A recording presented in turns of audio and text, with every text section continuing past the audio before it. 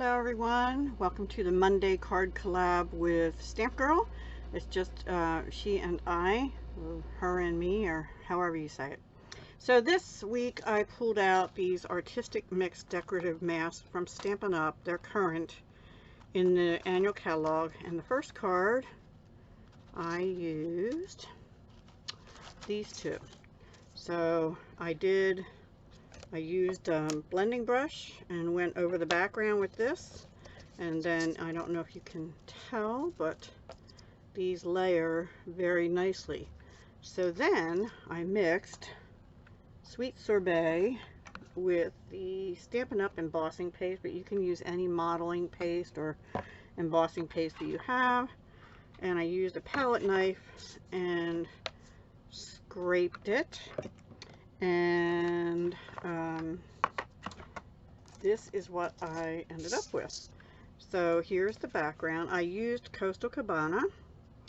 It looks more like Pool Party, but I did put it on a Coastal Cabana card. This is Sweet Sorbet ink refill. If you don't have that, what you could do is get a block and just put it from your ink pad onto a block, and then put your embossing paste on an ink block. I mean a stamping block, you know, like this, something like that. I need to clean my blocks again. And then you need some kind of a knife. I am without water since Saturday night.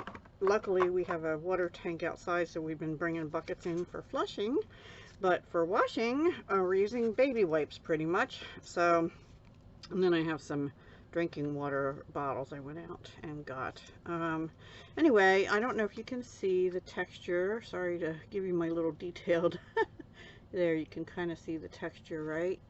And then this is with the Sending Smiles stamp set. I only use the Smiles Across the Miles.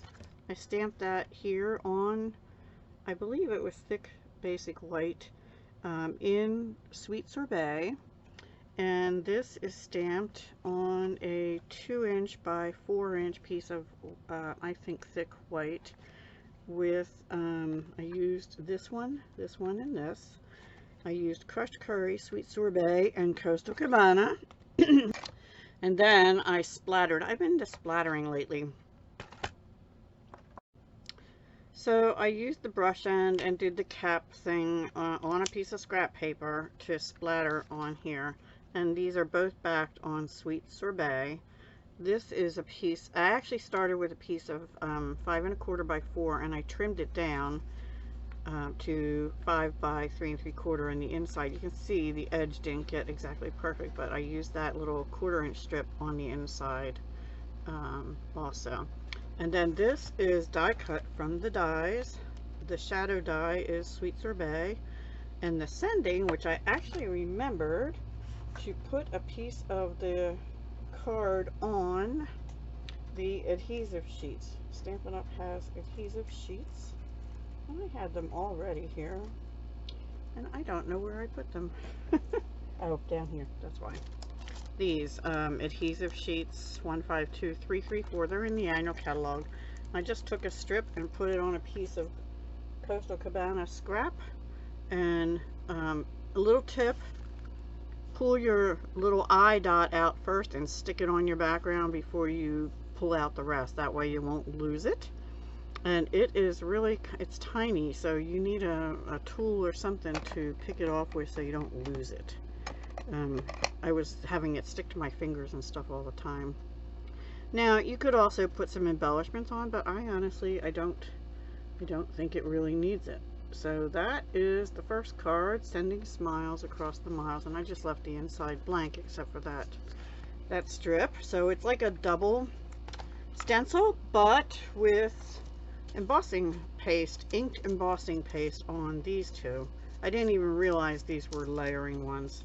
And then the next one, also in that pack, there are these two sheets. So let me show you what I did with that. It's easier to explain it with the card here. Here is my Halloween kind of card. Now, I don't send Halloween cards per se, but I can send a hello card in Halloween fashion, right? So with this, I'm using the Witch Hat Builder Punch, which is in the July to December mini catalog. I think I did get the stamp set that goes with that. So I got the bundle. The stamp set though doesn't have any sentiments. And I did not use the stamp set. I like those witch's feet too. So I'll use that again another time. The Hello comes out of Hello Harvest. This is a really nice Hello.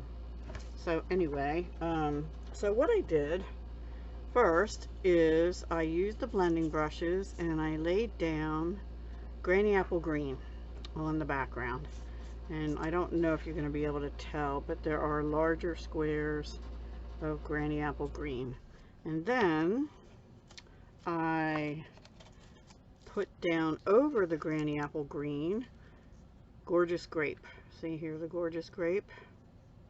And then I shifted it and I used Memento.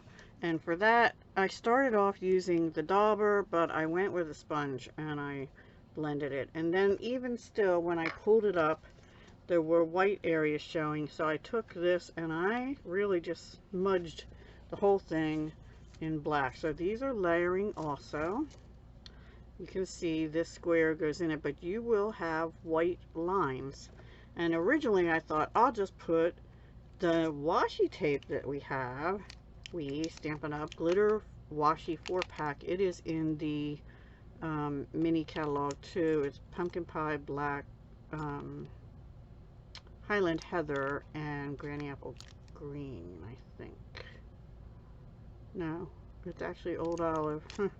Well, it looks like Granny Apple Green to me. Anyway, so but because I shifted things, it really got kind of muddied, so I didn't do that. But I did put the black, the green one, and the purple across the middle. And then these are punched out of retired glitter papers. Let me see. I have this pack, and I have in it black glitter paper, glimmer paper red, which I didn't use, and rainbow glimmer paper. So I used the rainbow in the green. It's not the right exact color of green. This part is, but up here is more blue green.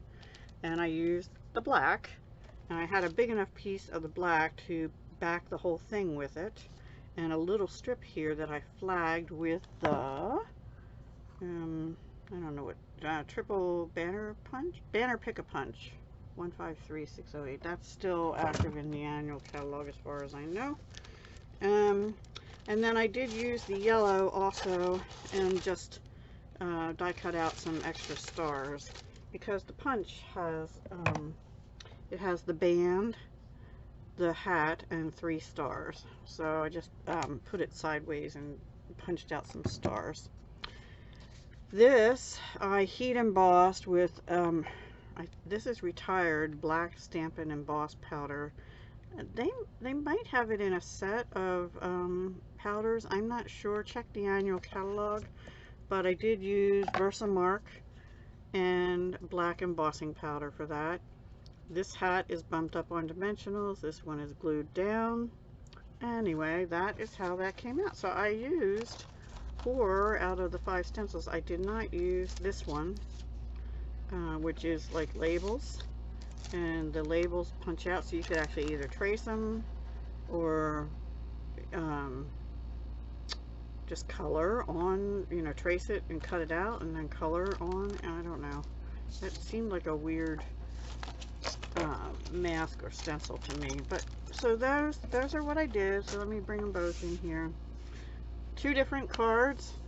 This one using embossing paste and ink refill, and a summary, more summery kind of card, but summery looking. And then and I think this is a nope, I'm gonna get it wrong. Never mind, I was gonna say what it was. It's not a daisy. I wanted to say chrysanthemum, but I know that's not right. But I think it does begin with a C, and I forget the name of it. I'm not good with flowers, but I do like those. I usually get them in a real bright pink, and they actually have a darker, like a black center, but I didn't do that. And then here's my Halloween themed hello card. Oh, and that one again just has a strip of the paper that I cut off, because both of these I started with 5 1/4 by 4, and then I trimmed them down to 5 by 3 3/4. There you go. Those are my cards for this week with Paige, Stamp Girl. Please go visit her and see what lovely stencils she used and what creativeness she came up with this week. She's very creative and excellent card maker. Excellent. So yeah, it took me a while to do these, but I had a lot of fun doing them. And I don't know what I'm doing yet for next week, so come back and see. I think next week is the last Monday in July, so it'll be our last week of stencils, and then we'll move on to something else. All right, bye for now. Have a great week.